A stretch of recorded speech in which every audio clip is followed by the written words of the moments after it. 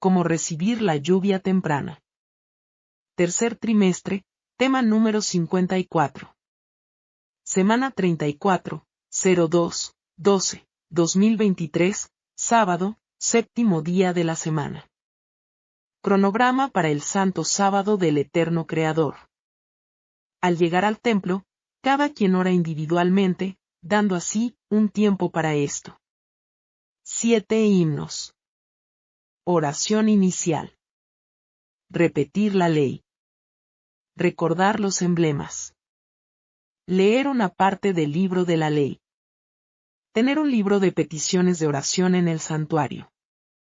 No hay tiempo específico para escribir las peticiones en el cuaderno. Solo el que desea hacerlo y no cosas comprometedoras, pues Dios conoce todo. Luego pasar al estudio del sábado. Luego se termina con 7 himnos. Repetir la ley. Oración final. Las 7 formas de caída. La fuerza. La fuerza. Pero se me dejó saber que ésta no podrá controlar ni dominar una conciencia y decisión firme por Cristo Jesús. Y dijo así: el yo desea tomar por la fuerza o la astucia aquello que no le corresponde o no le es lícito.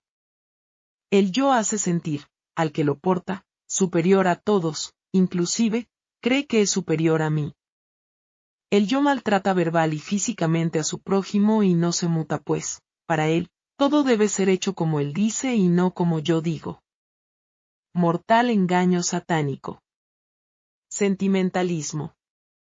La segunda de ellas, el sentimentalismo, este será grandemente probado en todo su enérgico poder, mas una entera confianza sin reservas en Cristo Jesús es lo que nos garantizará la victoria. Y dijo así: el yo se cree víctima y juega de dicho lado hasta que es confrontado y descubierto. Y ahí cambia a victimario, donde todos tienen la culpa de que él sea así. Este hechizo mortal vive en aquel, cuyo yo está florecido en él. Juego astuto del enemigo desde que se encontró en el maldad, en el cielo. Complacencia. La tercera de ellas, la complacencia, esta en pro del bien común será una amplia puerta para destrucción, mas no la debemos consentir, sino que debemos ejercer la libertad de conciencia bajo un escrito está y, así, podremos vencer. Y dijo así: el yo vive para complacerse y poner, al último, las necesidades de su prójimo. El yo vivo nunca se da por satisfecho, siempre quiere más, aunque no lo necesite. Sus trofeos son tanto internos como externos, su intelecto es creerse superior en su retórica, sus ideas, soluciones y actos. Él contra todos, pero nadie contra él. Sutil veneno mortífero que el enemigo inserta en el hombre que no es contrito de corazón. La complacencia de la superioridad, en todo sentido, ante otros es un reflejo de que el maligno entrona esa mente y ese corazón. Orgullo. La cuarta de ellas, el orgullo, este es tan sutil y a la vez tan obvio, mas este último disfrazado de la conveniencia propia, y calificado como válido a nuestro entender, será la ruina y cerrará la puerta real de la salvación. Solo una humillación total a Dios nos dará la victoria en él. Así dijo el Señor: el orgullo es el yo que vive para enaltecerse. Orgulloso de tener lo mejor, de llamar la atención para sí entre todos. Se viste para ser visto, se peina para que lo admiren, da alarde de superioridad y manda a todos mientras él merece estar de brazos caídos con el pensamiento activo centrado en lo que imagina, en lo que cree necesitar para seguir escalando puesto y posición. Este, casi imperceptible, engaño satánico, es letalmente mortal al que lo porta y también para los que lo adulan. Calumnia. La quinta de estas, que se me habló, fue la calumnia. Esta es la muerte para el que la practica, y aunque su espada mortífera desea ser clavada ante su adversario, ésta solo atraviesa el corazón de quien la porta. Resistid al diablo, se me dijo, y de vosotros huirá y no toquéis lo inmundo. Habrá aflicciones, mas confiad porque yo he vencido al mundo. Rogad al Dios de la siega que os junte en su granero. Así dijo el Señor: el yo vive calumniando a todo y a todos, pues, en su creída imaginación mórbida no es feliz por culpa de otros. No es pleno, y culpa a todos de esto. Todo es por culpa ajena y nunca propia.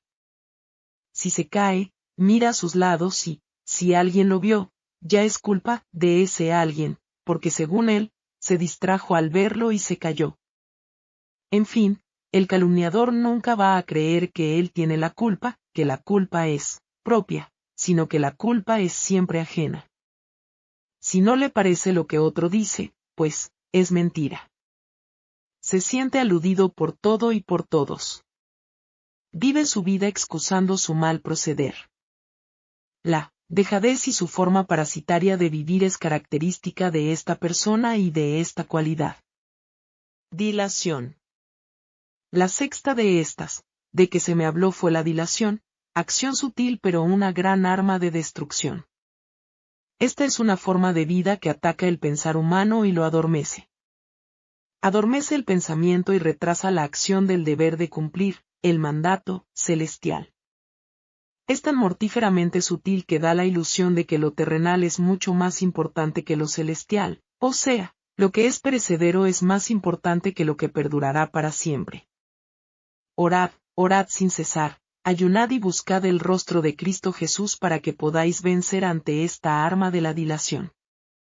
Así dijo el Señor, el yo vive por la dilación. Hoy no puedo por esto, mañana no podré por aquello. Pasado, por lo otro, en fin. Lo primordial siempre es último y las inventivas primero. En la lista de lo primordial siempre pone encima, y entre ellas, su complacencia, y nunca completa lo mandatorio.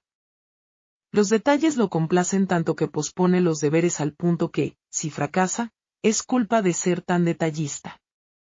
Para su forma de dilación propia, todo debe estar como se imagina, quiere y desea para poder avanzar. Y, si esto no es así, es culpa de todos, inclusive de mí. Y, por eso, él no avanza. El yo de la dilación critica al esforzado, al que cada día, con intenso afán, lucha por completar su labor diaria. Lo tilda de extremista, fanático y abusivo. El yo de la dilación es detractor, critica a todo aquello que no va de acuerdo a su forma de ver, actuar y pensar. Esta actitud, horrendamente pecaminosa, de creer que su forma de ser es ley hacia otros, es instigación maligna de perdición. Sensualidad. La séptima, que se me dijo fue, la sensualidad. Mi pueblo pereció por falta de conocimiento. Este acto desenfrenado, con acciones ilícitas dentro del matrimonio, es puesto, aún, en primer lugar, antes del deber de cumplir, el mandato divino. A los tales digo ahora, coméis y bebéis y estáis en fiesta, pero vendrán los días en que el esposo no estará y será tiempo de ayuno y oración porque el león rugiente está alrededor de vuestras casas. Y estas han sido pedidas para ser grandemente zarandeadas, y así será hecho. Más pedid al Dios de la siega que os reserve a salvo en su granero. Sed, pues, celosos y arrepentíos porque vendrá la aflicción y, ¿quién podrá permanecer en pie? En ese momento terminaron diciéndome, Ezequiel 20. La séptima, y última, es la sensualidad. El yo de la sensualidad es vivir en el yo interno y externo constantemente. Esta carnalidad animalizada no es más que la pervención pecaminosa de aquel que deja que el enemigo de Dios y del hombre lo denigre al punto de volverlo irracional. El yo de la sensualidad vive en sus placeres mentales, buscando toda oportunidad para exteriorizarlos en su propia complacencia. Este, al dar rienda a esto, daña su hipotálamo y su lóbulo frontal. Su cerebelo vive adormecido, como cuando la marihuana invade el torrente sanguíneo o cuando la metadona es ingerida, introducida, al cuerpo. Tal como, el que vive peleando es adicto a la adrenalina en su sangre, el sensual es adicto a la testosterona por su descuido en la intemperancia en el dormir, comer y en todo tipo de intemperancia. El yo de la sensualidad ha llevado al ser humano a comportarse peor que los animales, pues, Estos no tienen razonamiento, y el ser humano sí. Un animal se aparea con el sexo opuesto para procreación, en el tiempo señalado para esto, pero el ser humano que vive para el yo, en la sensualidad, se aparea con su mismo sexo por depravación, ya que esto viola el curso natural de la procreación. Y otros, aunque con el sexo opuesto, o sea, hombre y mujer, practican actos animalizados para sentirse bien. También están en desagrado ante mí. Estos, los que practican estas perversiones, no heredarán la vida eterna. Por esta razón, el enemigo de las almas los animaliza, para que así, en este estado de éxtasis carnal, ninguna espiritualidad pueda prevalecer y, así, crear en éste la muerte eterna. Las 10 formas de anatemas. Testimonio, 14-09-2020 Part 2. El Señor me dio, como un resumen de anatemas. Lo resumió en 10 formas: el yo, la suficiencia propia, el amor a los hijos más que a él, la codependencia absoluta y total de esposo o esposa, en vez de esto ser solamente para él, apego a lo material, a las posesiones, apego monetario, deseos pecaminosos encubiertos, sutiles y abiertos, mis ideas propias, los desórdenes sensuales mórbidos acariciados, las excusas sutiles, para excusar desobedecer a Dios. Texto bíblico. Hechos 2, 1-4. Y cuando llegó el día de Pentecostés, estaban todos unánimes en un mismo lugar. Y de repente vino un estruendo del cielo como de un viento recio que corría, el cual llenó toda la casa donde estaban sentados, y se les aparecieron lenguas repartidas, como de fuego, asentándose sobre cada uno de ellos. Y fueron todos llenos del Espíritu Santo, y comenzaron a hablar en otras lenguas, según el Espíritu les daba que hablasen. Ellen G. White. Lenguas de fuego. Y se les aparecieron lenguas repartidas, como de fuego, asentándose sobre cada uno de ellos. Y fueron todos llenos del Espíritu Santo, y comenzaron a hablar en otras lenguas, según el Espíritu les daba que hablasen. Hechos 2, 3, 4. Si investiga las Escrituras con espíritu dócil y deseoso de aprender, sus esfuerzos serán bien recompensados. Pero el hombre natural no percibe las cosas que son del Espíritu de Dios, porque para él son locura, y no las puede entender, porque se han de discernir espiritualmente. 1 Corintios 2, 14. La Biblia debe estudiarse con oración. Haríamos bien en imitar a David, que imploró: abre mis ojos, y miraré las maravillas de tu ley. Salmos 119, 18. Ningún hombre puede comprender las Escrituras sin la iluminación del Espíritu Santo. Si deseamos estar en la debida posición delante de Dios, su luz nos alumbrará con rayos claros y potentes. Esta fue la experiencia de los primeros discípulos. Cuando llegó el día de Pentecostés, estaban todos unánimes juntos. Y de repente vino del cielo un estruendo como de un viento recio que soplaba, el cual llenó toda la casa donde estaban sentados, y se les aparecieron lenguas repartidas, como de fuego, asentándose sobre cada uno de ellos. Y fueron todos llenos del Espíritu Santo, y comenzaron a hablar en otras lenguas, según el Espíritu les daba que hablasen.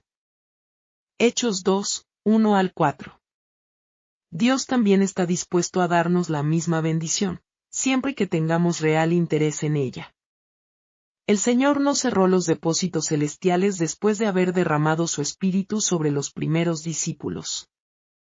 También nosotros podemos recibir la plenitud de su bendición. El cielo está lleno de los tesoros de su gracia, y los que con fe se acercan a Dios pueden reclamar todo lo que Él ha prometido. Si no contamos con su poder es por la indiferencia, el letargo espiritual y nuestra indolencia. Abandonemos la mortal formalidad. Hay una gran tarea que debe realizarse en nuestros días, y no hemos hecho ni siquiera la mitad de la obra que el Maestro espera que hagamos. Hablamos acerca del mensaje del primero y del segundo ángel, y ya creemos comprender algo referente al mensaje del tercero. Sin embargo, no deberíamos sentirnos satisfechos con el conocimiento que tenemos actualmente. Nuestras peticiones deberían ascender a Dios mezcladas con fe y contrición, para que podamos comprender los misterios que el Señor desea dar a conocer a sus santos. Testimonio, 05-01-2018 Part 3. Explicación del patrón de 2015, Parte 3, se me quedó algo que decirles, amados hermanos, y es muy importante. El Señor tiene su tiempo nosotros, pues, el mundo ha cambiado y ha hecho como el enemigo ha puesto, y los hombres que se han dejado instigar por él, como Gregoriano y todas estas personas, pues, han hecho y deshecho, pero Dios tiene su tiempo. El Señor desea de todo corazón que nosotros entendamos el tiempo que corre, su tiempo, porque corren muchos eventos proféticos en este tiempo. De hecho, cuando yo les menciono este patrón de lo de Jerusalén con lo de ahora, del 2015 en adelante, vemos que todos estos eventos han sido bajo patrones del tiempo de Dios. Así que el enemigo lo sabe, por eso es que ha querido despistarnos de todo esto y ponernos todas las fiestas paganas, habidas y por haber, por medio, para entretención. Pero nosotros tenemos que volver a las sendas antiguas, a ser reparadores de portillos y de calzadas, cerrar esas brechas, para que, entonces, podamos saber qué es lo que Dios quiere para cada uno de nosotros, y que sepamos dónde estamos parados. Así que es mi deseo y oración que entendamos esto para que nos demos cuenta en el tiempo en que estamos viviendo y por qué están pasando las cosas que están pasando. Así que esto también, lo de las fiestas, tiene mucho sentido espiritual también, de cómo, nosotros Dios quiere sacarnos de Egipto por medio de la Pascua. Quiere que crezcamos en él como la gavilla, como esa plantita chiquita que va creciendo. Ya, luego, pues, entonces, que recibamos como en Pentecostés, su Espíritu Santo para que, ya, luego, podamos dar el trompetazo, el fuerte pregón al mundo. Entonces, ya venga el día de expiación para que ya se decida entonces quién es cortado o quién es dejado en el pueblo de Dios. Para que, entonces, pasemos a Cabañas, que es el momento donde los ángeles nos van a llevar a los montes, donde Dios ya tiene preparado para ese tiempo final, ya al último, luego del fuerte pregón, para que, entonces, estemos ahí resguardados para su venida. Así que todo esto tiene un patrón, no nada más de eventos, sino un patrón espiritual de crecimiento espiritual, y es bien importante. Porque por eso Dios, amados hermanos, nos está llamando a que salgamos de Egipto, nos está llamando a que celebremos la Pascua, que nos vayamos al campo a que aprendamos a depender de Él, y nos alimentemos de Él a través de su Espíritu Santo, de su palabra, del espíritu de la profecía, de lo que Él nos quiere revelar. Por eso es que Él nos está llamando a esto, amados. Porque, si nos privamos de esto, nos vamos a privar de poder tener ese crecimiento que Dios quiere, íntimo con cada uno de nosotros. De enseñarnos Él a nosotros, esa enseñanza íntima que Él quiere, para que nosotros aprendamos y crezcamos en Él, para que estemos preparados para el Pentecostés, que es el derramamiento del Espíritu Santo de Dios. Para que podamos dar ese trompetazo final que es el fuerte pregón, para que ya, así, se sepa quién está en el pueblo de Dios, y quién no, en el día de expiación, y ya nos podamos ir a casa, amados hermanos. A eso es que Dios nos está llamando, por eso es la importancia de salir al campo. No lo veamos como privación, no tengamos miedo de poner el paso al frente y obedecer lo que Dios quiere de cada uno de nosotros.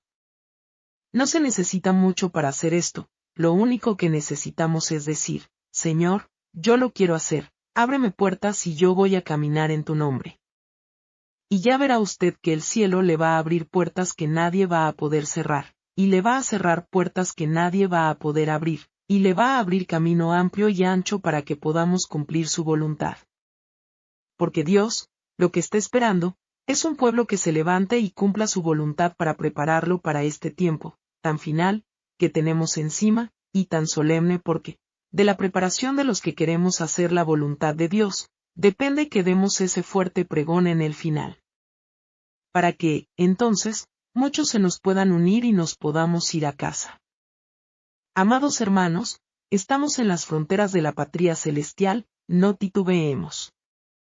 Lo que tenemos es que ser fieles a Dios en todas las cosas, y el Señor va a terminar la obra que empezó en cada uno de nosotros, y nos va a dar la victoria en su nombre, por su gracia, por su poder, por su sangre. Que el Señor me los bendiga. Capítulo 29.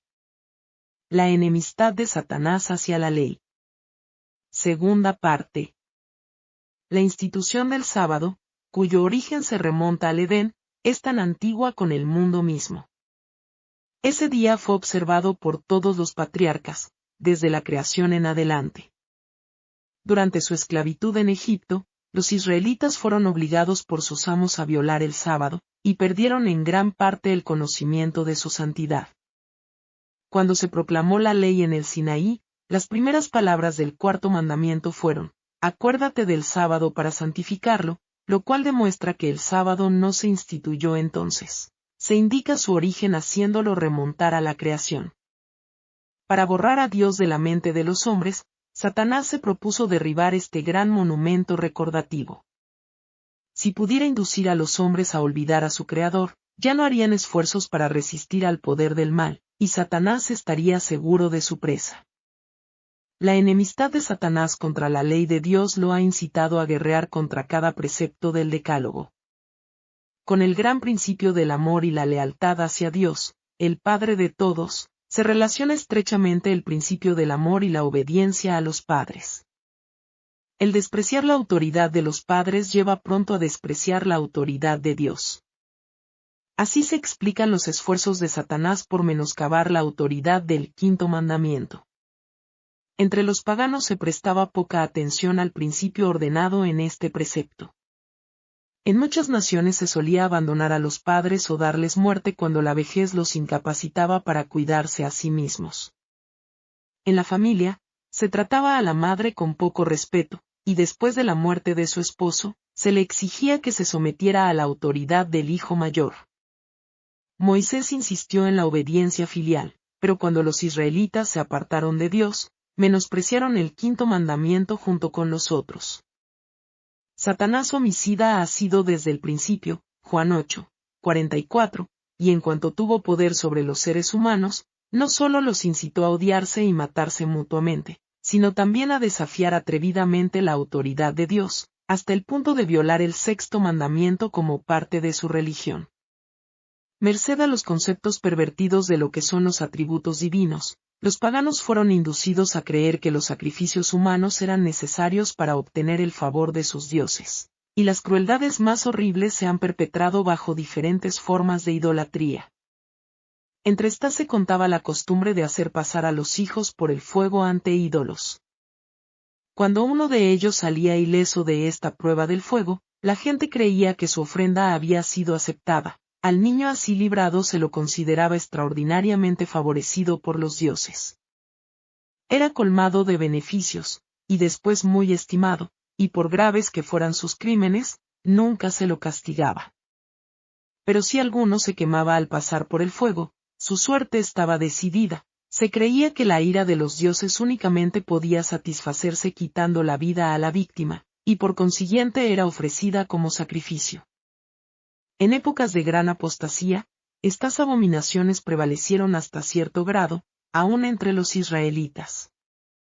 También la violación del séptimo mandamiento se practicó antiguamente en nombre de la religión. Los ritos más licenciosos y abominables llegaron a formar parte del culto pagano. Hasta los dioses mismos se representaban como impuros, y sus adoradores daban rienda suelta a las pasiones bajas. Prevalecían vicios contra la naturaleza, y las fiestas religiosas se caracterizaban por una impureza general y pública. La poligamia se practicó desde tiempos muy antiguos. Fue uno de los pecados que trajo la ira de Dios sobre el mundo antediluviano y sin embargo, después del diluvio esa práctica volvió a extenderse. Satanás hizo un premeditado esfuerzo para corromper la institución del matrimonio, debilitar sus obligaciones, y disminuir su santidad, pues no hay forma más segura de borrar la imagen de Dios en el hombre, y abrir la puerta a la desgracia y al vicio. Desde el principio de la gran controversia, Satanás se propuso desfigurar el carácter de Dios, y despertar rebelión contra su ley, y esta obra parece coronada de éxito. Las multitudes prestan atención a los engaños de Satanás y se vuelven contra Dios. Pero en medio de la obra del mal, los propósitos de Dios progresan con firmeza hacia su realización. Él manifiesta su justicia y benevolencia hacia todos los seres inteligentes creados por Él.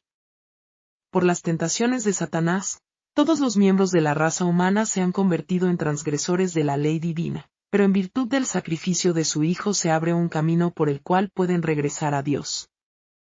Por medio de la gracia de Cristo pueden llegar a ser capaces de obedecer la ley del Padre. Así en todos los tiempos, de entre la apostasía y la rebelión Dios saca a un pueblo que le es fiel, un pueblo en cuyo corazón está su ley. Isaías 51, 7. Satanás sedujo a los ángeles mediante el engaño. De igual manera ha realizado su obra entre los hombres, y seguirá usando este procedimiento hasta el fin. Si él confiesa abiertamente que está haciendo la guerra a Dios y a su ley, los hombres procurarían huir de él, pero Satanás se disfraza y combina la verdad con el error. Las mentiras más peligrosas son las que están mezcladas con la verdad. De ahí que se acepten errores que cautivan y arruinan el alma. Usando este método, Satanás arrastra al mundo consigo. Pero se acerca el día en que su triunfo terminará para siempre. El proceder de Dios respecto a la rebelión desenmascarará completamente la obra que durante tanto tiempo se ha hecho en forma oculta. Los resultados del dominio de Satanás y del rechazamiento de los estatutos divinos quedarán revelados a la vista de todos los seres racionales. La ley de Dios estará plenamente vindicada. Se verá que todos los actos de Dios tuvieron por fin el bien eterno de su pueblo y de todos los mundos creados. Satanás mismo, en presencia del universo, confesará la justicia del gobierno de Dios y la rectitud de su ley. No está lejos el tiempo en que Dios se levantará para vindicar su autoridad agraviada. He aquí que Jehová sale de su lugar para castigar al morador de la tierra por su maldad contra él. Isaías 26, 21. ¿Quién podrá soportar el tiempo de su venida? ¿O quién podrá estar en pie cuando él se manifieste? Malaquías 3, 2. Por causa de su pecaminosidad, se le prohibió al pueblo de Israel acercarse al monte cuando Dios estaba por descender sobre él para proclamar su ley, para evitar que sea consumido por la abrasadora gloria de su presencia. Si estas manifestaciones de su poder señalaron el sitio escogido para la proclamación de su ley, cuán terrible no será su tribunal cuando venga para aplicar el juicio de estos sagrados estatutos. ¿Cómo soportarán su gloria en el gran día de la retribución final los que pisotearon su autoridad? Las escenas del Sinaí debían darle al pueblo una idea de las escenas del juicio.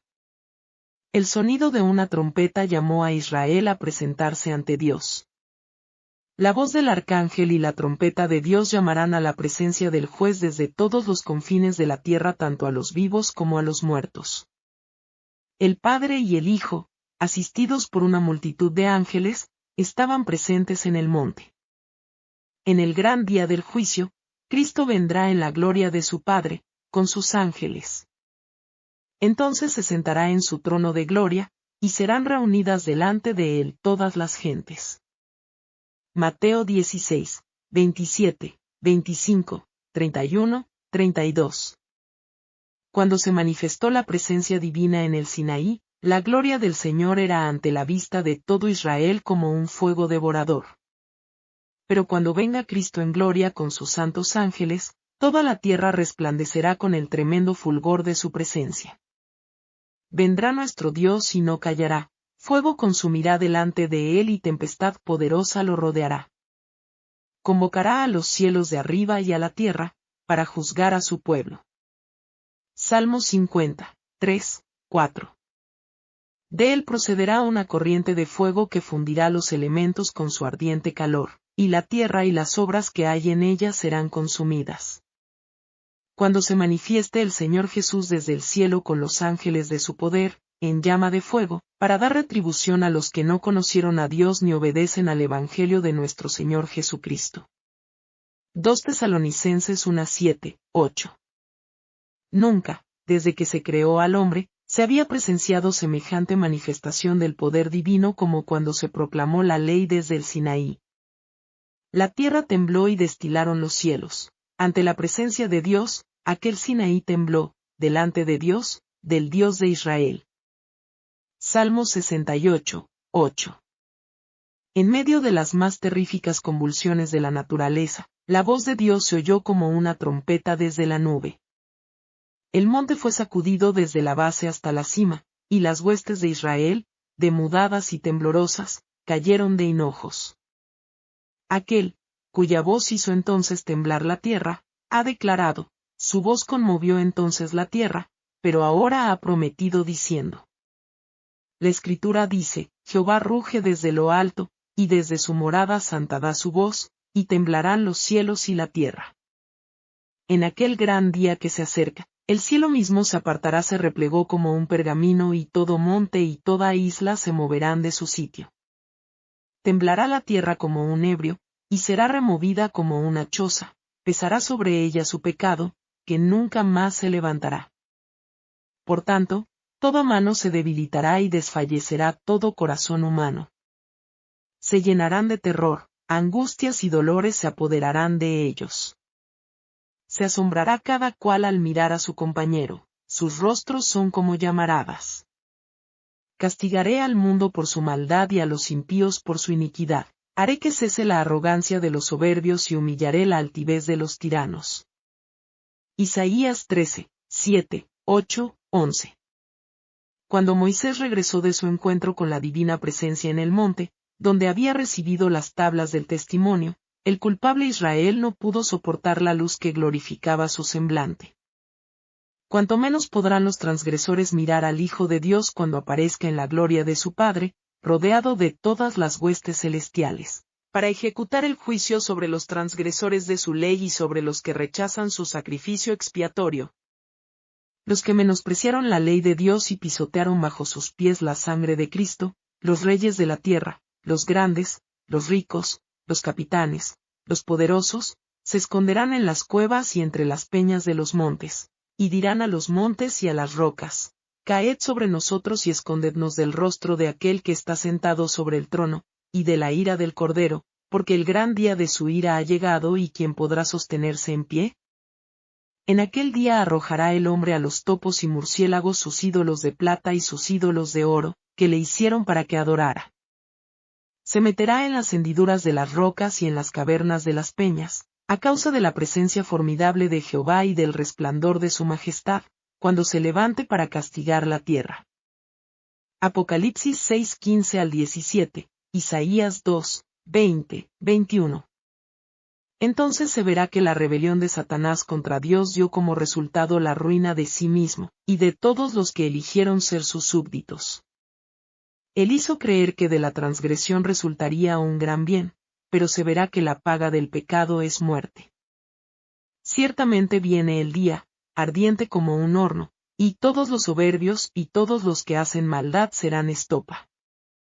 Aquel día que vendrá, los abrazará, dice Jehová de los ejércitos, y no les dejará ni raíz ni rama. Satanás, la raíz de todo pecado, y todos los obradores del mal, que son sus ramas, serán completamente extirpados. Se pondrá fin al pecado, y a toda la aflicción y ruina que acarreó. El salmista dice, reprendiste a las naciones, destruiste al malo, borraste el nombre de ellos eternamente y para siempre. Los enemigos han perecido, han quedado desolados para siempre. Romanos 6, 23, Malaquías 4, 1, Salmos 9, 5, 6. Pero en medio de la tempestad de los castigos divinos, los hijos de Dios no tendrán ningún motivo para temer. Jehová será la esperanza de su pueblo, la fortaleza de los hijos de Israel. El día que traerá terror y destrucción para los transgresores de la ley de Dios, para los obedientes significará gozo inefable y glorificado. Juntadme mis santos, dirá el Señor, los que hicieron conmigo pacto con sacrificio. Los cielos declararán su justicia, porque Dios es el juez. Joel 3, 16, 1 Pedro 1, 8, Salmo 50, 5, 6. Entonces os volveréis y discerniréis la diferencia entre el justo y el malo, entre el que sirve a Dios y el que no le sirve. Oídme, los que conocéis justicia, pueblo en cuyo corazón está mi ley. No temáis afrenta de hombres ni desmayéis por sus ultrajes. He aquí he quitado de tu mano la copa de aturdimiento. Nunca más la beberás. Yo soy vuestro consolador.